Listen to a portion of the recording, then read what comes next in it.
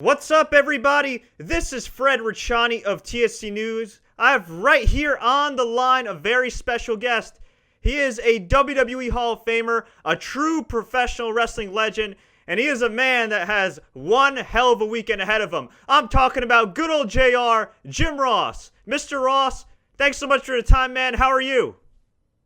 I'm good, Fred. My dad was Mr. Ross, so I'm just JR to you. All right, JR. Well, you got a busy weekend ahead of you, and we're going to talk about that in just a second. But I remember about a year and a half ago, WWE told us you're retired. You sure as hell don't seem retired. Keeping busy, going to the Tokyo Dome, making your way to Philly and the New Jersey, New York area this weekend. How hectic has your schedule been after WWE? I stayed, I've gotten busier than I had originally planned. The fact that WWE, I was retired from their organization, but as far as retiring from being active and being involved in projects and interacting with the wrestling fans and my podcast and doing a little commentary here and there, I was pretty well back in game mode from the time I left Stanford till I got to LaGuardia. By the time I got to LaGuardia, I was ready to go to work again. So I've been staying very busy. I'm working on my autobiography. I have a weekly podcast called The Ross Report on Podcast One. It's one of the top podcasts, luckily, and I'm grateful, in the world. It's doing great. I'm doing some voiceover work with a voiceover agency in Los Angeles. So I'm staying busy. And now this weekend, I'm, of course, going to be in this Friday night, 8 o'clock, I'll be in Sayreville, the home of Bon Jovi, Sayreville, New Jersey, at the Starland Ballroom. And then on Sunday afternoon, I'll be in Philly at the Underground Arts Complex, 3 o'clock for that show, which is the day of the Royal Rumble. So I do have a pretty busy weekend, and I'll hustle back to Oklahoma on Monday and then go record another podcast on Monday night. So no rest for the wicked, as they say. I think retirement's overrated, Fred. Just, that fishing can last so long. There's only so much golf you can play. I like to be around people with energy and things that they're passionate about, and it's infectious. So I don't think I'll ever really quite retire, as long as I got the ability to do a few things. And you're doing quite a few things, and I'm just curious. What adjustments have you had to make going from professional wrestling to calling boxing on Fox Sports 1 to calling MMA with Chael Sonnen to going to the Tokyo Dome to podcasting and, of course, your one-man shows? I mean, are they similar adjustments or are they each a little different? Well, one thing that all those projects that you mentioned have in common, each and every one of them are things that I like to do, things that are fun. So when you're lucky enough to find a job that's fun, it doesn't feel like a job. So I'm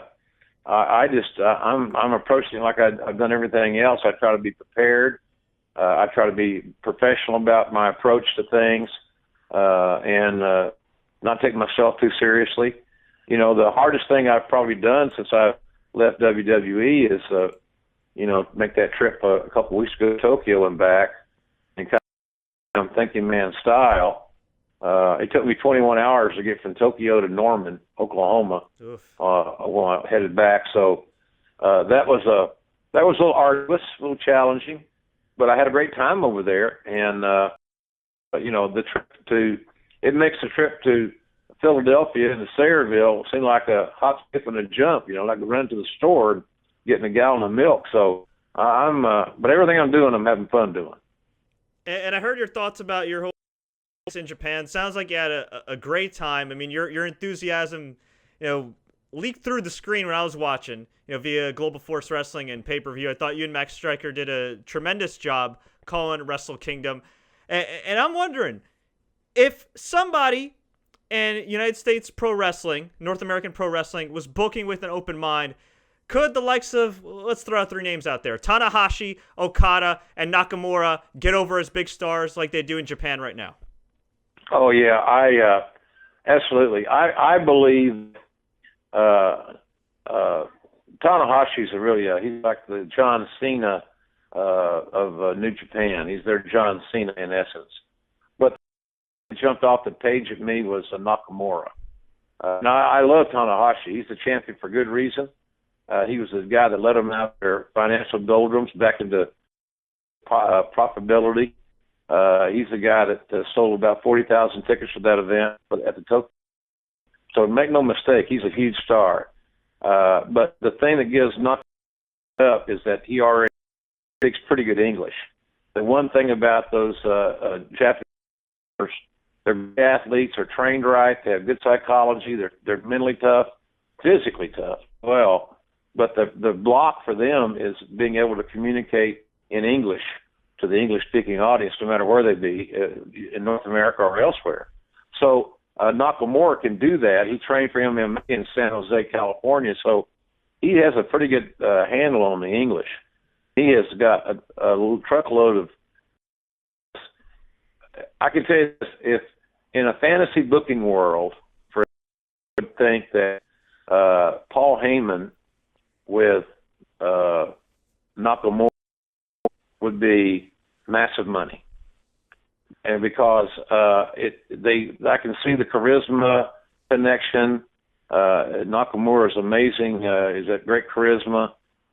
His work style is very strong, very physical.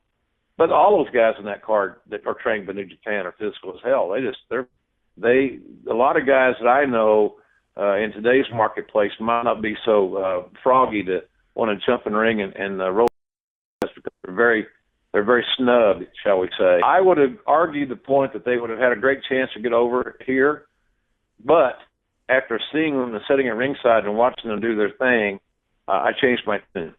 So I truly believe that under the right creative and the right presentation, they could execute well enough to be very successful in a WWE world or any other promotion. So I'm a believer now of New Japan Pro Wrestling and how well they do bell to bell. And it's funny because you look at MMA and even longer boxing, how they've been able to get over guys that don't speak the best English, don't speak English at all. Why do you feel like North American pro wrestling is still kind of apprehensive to foreign stars? I think it's just old habits are hard to break. The way that the way it's always been, you've gotten around it, is that the Asian athletes are stereotypically made to be the villains. Everybody's still trying to hang their hat on December 7th, 1941.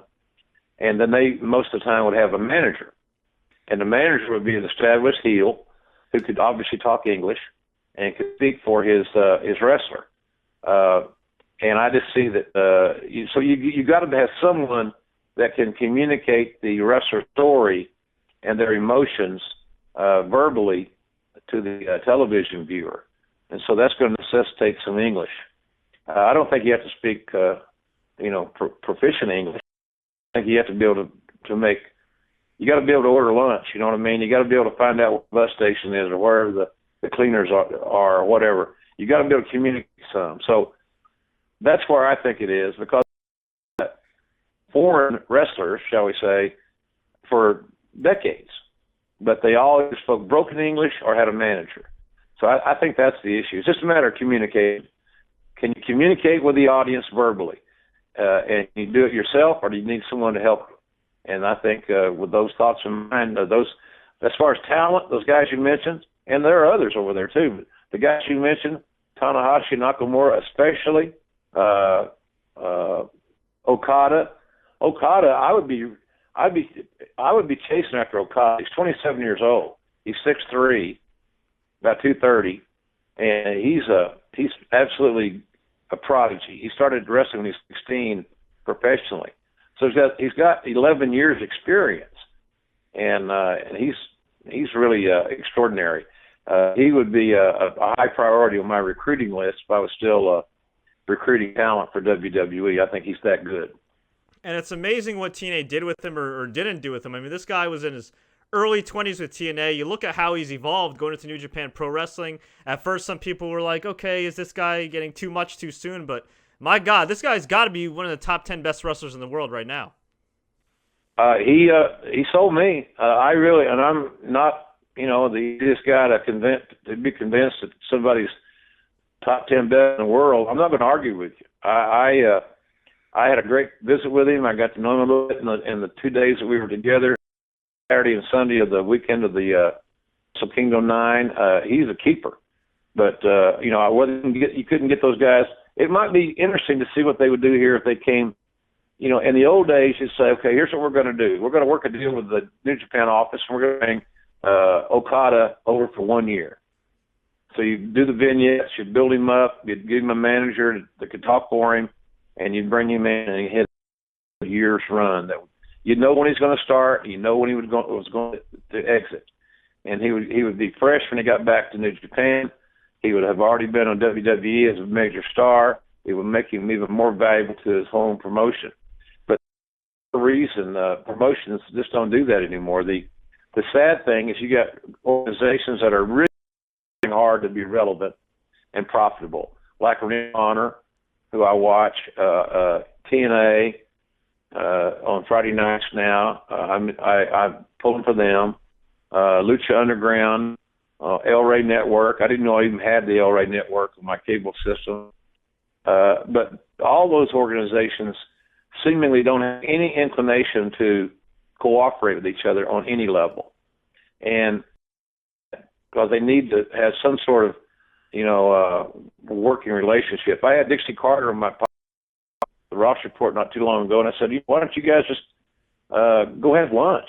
All the decision makers, just go have lunch and flesh things out and see if there's some sort of synergy that could be created. The groups are strong enough to individually overtake WWE. Quite frankly, all of them combined are not going to overtake WWE. That's out of the question. But you could all become more profitable.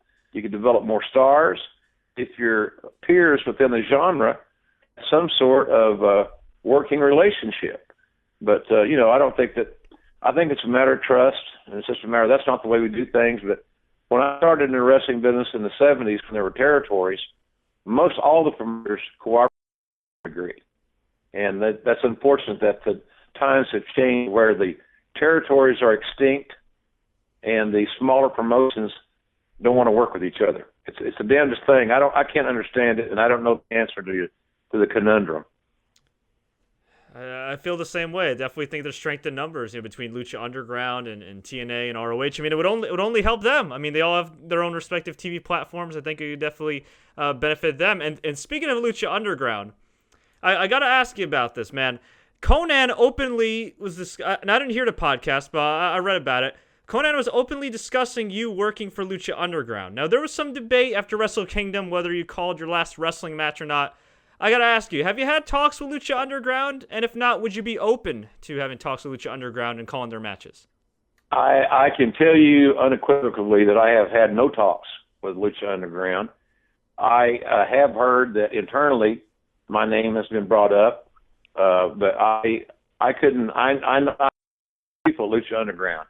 Krista Joseph, who's a co-executive producer, he used to be on the WWE creative team, and was a TV character called Big Dick Johnson. Oh, I remember him. And I had him on my podcast. It hasn't aired yet, but we talked on the podcast, which you can hear when it airs.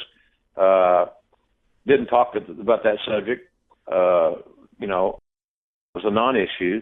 And I obviously worked with Matt Stryker, and we didn't talk about me coming in and replacing him during this our time in Japan together, because it was a non-issue. Now, if my name has been bandied about within the internal organization of Lucha Underground, I don't have any knowledge of that because I'm not there. But I haven't had any talks with anybody, and I'm an independent businessman. It's like these shows I'm doing in Sayreville and Philly. I hope they do well. I'd like to, you want to earn your keep. I'd like to earn my keep this weekend, having a lot of fun with the fans. But I'm an independent businessman. I'm open to talk about any opportunity that makes the most sense for my wife and I. Kids grown, gone, they're good, and everybody's the cat. So if it makes sense, then obviously I'd listen. But that topic has never been brought to me. I have read about it. I've had friends ask me about it. But I can honestly tell you, I have yet to meet anybody in a making job in Lucha Underground to this as we speak. And I'm flying on Thursday to Philly, so I don't expect to see anybody in Thursday, or I don't even know Sayreville on Friday night or Philadelphia on Sunday afternoon. So, but would I listen? Sure, I'd listen.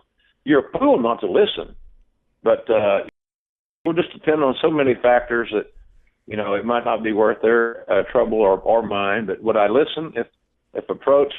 I'd let my agent handle it. But yeah, I would certainly listen if without question. So you're I'm having the time of my life doing all these projects, Fred. So to say I wouldn't do that, I wouldn't do this, is silly.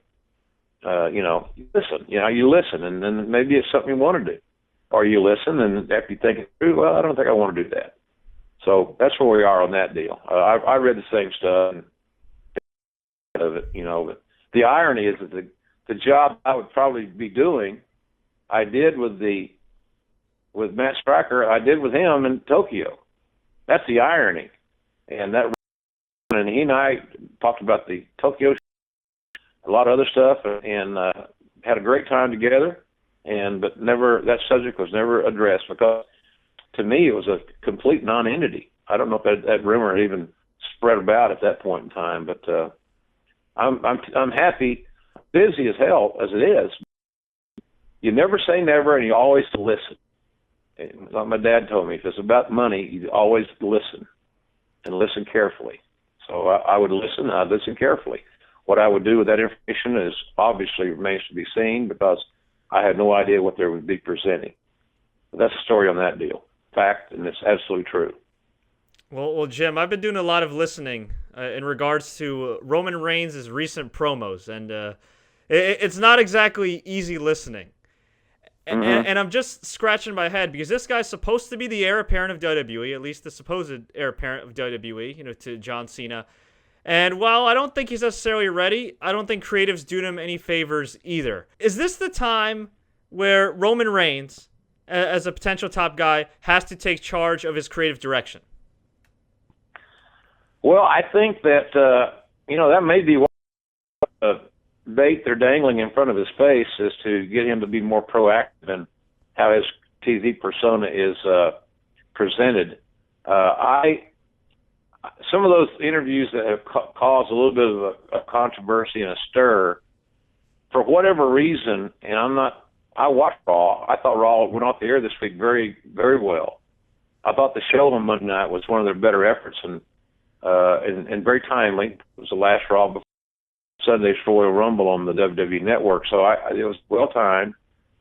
But guys like Reigns, who have he's got a good look. He's very committed. He was a 330-pound nose guard at Georgia Tech. 330. He weighs about 260 right now. For anybody to lose 70 pounds and end up looking like this kid, so I know he's got the wrestling gene in his DNA, being a son of one of the Wild Samoans, Sika. And I've talked to him in a casual basis when I was making my trips to Florida at the training facility. He's very, very glib. I've heard him in Dusty Rhodes' promo class, I should say. He's very entertaining. He's very quick-witted, but that's not what we're not seeing that rendition of him on TV, apparently. Everybody happy. So it may be that this carrot being dangled in front of him said, what do you want to do to change this? Because I'm sure if you're talking about it, other people have talked to me about it since I've been doing media for 2 shows this weekend. I'm sure he's heard about it. So if you want to change things about your persona and the way you're cast, the way you're being written for, then you raise your hand and you let your voice be heard. So if that's in his gut that he's not comfortable, he should burn it up and change things. So, but I think he's really a keeper, and I think he's really going to be a top star in WWE for years to come. But I'm like you, I'm not sure he's quite ready yet. and I'd rather be a little bit late to the party as to the door. So I think at some point in sooner than later, he's going to be at the head of the class. I think that I don't think he wins the Royal Rumble. And I may be dead wrong. I don't have any inside information. I'm thinking Daniel Bryan is the perfect guy to win the Royal Rumble. But he's the underdog, and he's very talented. And let's be honest about it. He's finding his voice. In the last year or so, he's got to where he could do a fairly decent promo. Just be himself. They allowed him to be himself. He became himself in front of the camera. That's what Roman Reigns needs to do. He needs to be a amplified version of who he really is, and not something that's totally foreign to what he is. And so, but it's creative, subjective. Some people like some things, some people don't. But the talent's uncomfortable. The talent is to raise his hand and affect a change. Well, building on that, the guy who runs talent relations is Triple H, Paul Levesque. You had that job before. You know how stressful, how tough, but also how rewarding it could be. Is this the time that Triple H maybe needs to take more charge of protecting his guys from NXT, whether it be guys already on the roster, like Roman Reigns or Dean Ambrose, and future call-ups? Because you look at how the Ascension's been handled, you look at Adam Rose and Bo Dallas, not that I'm a big fan of either of those guys, you look at how Charlotte lost to Natalya in a couple minutes to quote-unquote promote the NXT special. I feel like, maybe he's doing everything he can. Maybe he's not. I'm not sure. I'm obviously not there. Do you think he could do more to protect his NXT guys and their creative direction, or do you think he's doing everything in his power right now? I think that Triple H has done a phenomenal job. He built NXT from the ground up. The training camp and the atmosphere there is excellent. They've recruited some really top-notch athletes, some guys at NFL and guys that have just come from the NFL. So I think that's he's doing a phenomenal job. He's ubiquitous. He's all over the board in a variety of job descriptions. I know the feeling of that. That goes. It's never ending. You never get off the treadmill. So I think he's doing all he can. But the thing about WWE is that, not unlike the New York Yankees back in the day, they have a very clear-cut alpha male that runs the company. And he's had vision, amazing vision, quite frankly. But like anybody else, it's creative. And it's, again, you say, I want my wife out to buy me a blue shirt. When she comes, there's a City Royal blue shirt. It might not have been, I was thinking navy blue. Well, why didn't you say navy blue? Or give me a Carolina blue. There's a lot of blues in this world. There's a lot of right ways to do things. And so I think Triple H and Paul is doing the very, very best that he can. But he has as well. And so the one guy is calling the plays at the end of the day. And if his creative doesn't fit your taste, then obviously you're not going to be as satisfied as so. But I don't think that the Roman Reigns promos have anything to do with Paul Levesque and the amazing job he's doing in his vast role in WWE. Vince has a vision, he has an idea, he has a long-term plan. I don't know what it is, but at somewhere down the road we'll probably say, okay, now I get where they were doing back in the day. I didn't understand it, but now I understand it. So hopefully that's what we'll be saying. But I got great confidence in the kid. Got great confidence in the system that will all be smoothed out. He's too good a prospect, too much raw talent to not be successful over the long haul. Bellator just signed Kimbo Slice, who's going to be going back into fighting for the first time in about 5 years after beating up a bunch of tomato cans in boxing. The UFC, of course, signed CM Punk a few months back. They most recently just signed Crow Cop. These seem to be good moves as far as selling tickets and drawing ratings short term. But do you think long term MMA, at least Bellator and UFC, might be losing sight of what they really have to do? Well, I think what you do, if you do it the right way, in my view, is that you use those leader items like Brock Lesnar, Kim Slice, guys with name identity. CM Punk's got enormous global name identity. He's guaranteed UFC at least one very significant buy rate on pay-per-view, without question. And maybe more than that, certainly more than that if he wins in his first match or makes a great showing, goes down fighting in a blaze of glory, then you can get that second one out of him. So I think that's a smart move. But what you want to do when you have all those new eyeballs coming to your pay-per-view, into the TV set to watch your product, it's when you want to be sure to expose some of your some of your younger talents that you believe to have a brighter future side. So you use those guys to build the young guys. That's the way the wrestling business has been for years, or it's more often than not. Not all the time. Some old school promoters at the roster, they didn't build new guys, and the lack of new talents developed by the territory promoters in pro wrestling is the primary reason that they went out of business. It wasn't because of they're always blaming McMahon for it. You can only blame Vince McMahon for so many things. Then it gets to be a little bit, come on, really? I worked in territories. I was there. I saw them thrive and I saw them die. I know that one of the reasons that they died was the lack of new talents. The other reason is that the old school promoters didn't want to do anything different, including running TV spots outside their TV shows on a local station, and much less use radio.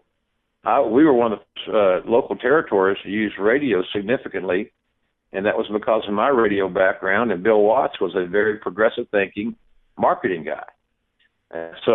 But his peers thought he was crazy for spending the money. So that's kind of where I stand on that deal. I think that Bellator's got to get me to tune in to see a train wreck involving Bo slicing somebody, and then while I'm there, introduce or make sure I'm seeing what they perceive to be the next big thing or the next big things as far as that's concerned. But no network and no sport. Think of how the NFL would be without college football. It's all about developing and acquiring new talent that can be stars. And so I think Bellator, when Brock Lesnar's contract is up, even though I don't think Lesnar would sign with Bellator, Lesnar for an obscene amount of money, that they got to chase him. They got to make him an offer that he can't refuse. But I think Lesnar could very well be on his way back to UFC after his contract ends in WWE after WrestleMania. I know that. I wouldn't want to bet any money on it, and I might be dead wrong, Fred. I might be dead wrong. But I think he wants – there's something about that alpha male in him that he doesn't want to leave UFC as he was last seen. And now that he's healthy and he can train relentlessly like he likes to do, I think he would say maybe he could have some unfinished business to just for himself, if nothing else, as far as his MMA career is concerned. But you're on the money. Building new stars is the bottom line. It's the bottom. Everything in WWE, everything in TNA, Ring of Honor, Lucha Underground is going to be driven by their stars, star power. Stars equal profitability. And if you don't have enough of stars, you certainly aren't going to have enough profitability.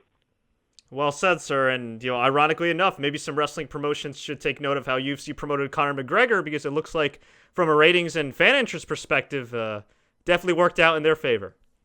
Yeah, Conor McGregor has got it. That's the thing that the promotion can't take credit for. Promotion. The guys that I was lucky enough to sign that made it big. I can't take credit for Rock becoming a major Hollywood movie star. I didn't have anything to do with his DNA. I gave him an opportunity. I liked him when I interviewed him. I liked his workout. I liked his background. I liked everything about him. I signed him. Vince had never even seen him, and trusted my judgment, which I'll always appreciate. And because I had a gut, he was going to be special if he continued to apply himself. He seemed to be very driven. Would he stay driven? or he take his foot off the gas. He never did that. So it factor. And myself or anybody else cannot take credit for it, the it factor, because it's an intangible. And Conor McGregor has it. And he makes you make a decision whether you want to see him get his ass beat or him win. And he elicits an emotion out of you. And I think that's that's the big time intangible. UFC knows what they have. The experiment they did on Sunday night against the NFL was a calculated risk, to say the least, and they won their experiment on the night. Now, did they have a rating than UFC? Well, of course not, or NFL, of course not. But did they accomplish a significant number for them? Absolutely. So I would say that there are a lot of people that don't normally watch UFC that tuned in for the first time on Sunday night and probably enjoyed what they saw. And if they did, and they're going to order again somewhere down the road, and that'll cost you some money because that'll be on paper. Oh, yeah. Well, I think they're going to like what they see. This weekend, you could go to an evening with Jim Ross this Friday night, 7 p.m. Eastern Standard Time in Sayreville, New Jersey, the Starland Ballroom. If you can't make Sayreville, New Jersey, you got to head over Sunday afternoon to Philly. Underground Arts starts at 3 p.m. Doors open at 2 p.m.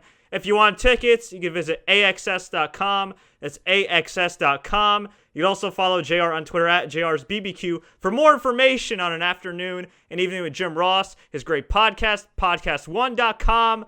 You can listen to the Ross Report. It's also on iTunes. Anywhere else you're going to be, Mr. Ross? No, I think you pretty well covered the bases there, Fred. Just let people know that, some people are old school like me, and they don't want to buy things online. You mentioned axs.com for advance tickets. The tickets will also be available at the door on the day of the event at both venues. Tickets are available, and they start at $20. So if you don't have a ticket, you're not sure you can make it, or you decide you're going to come.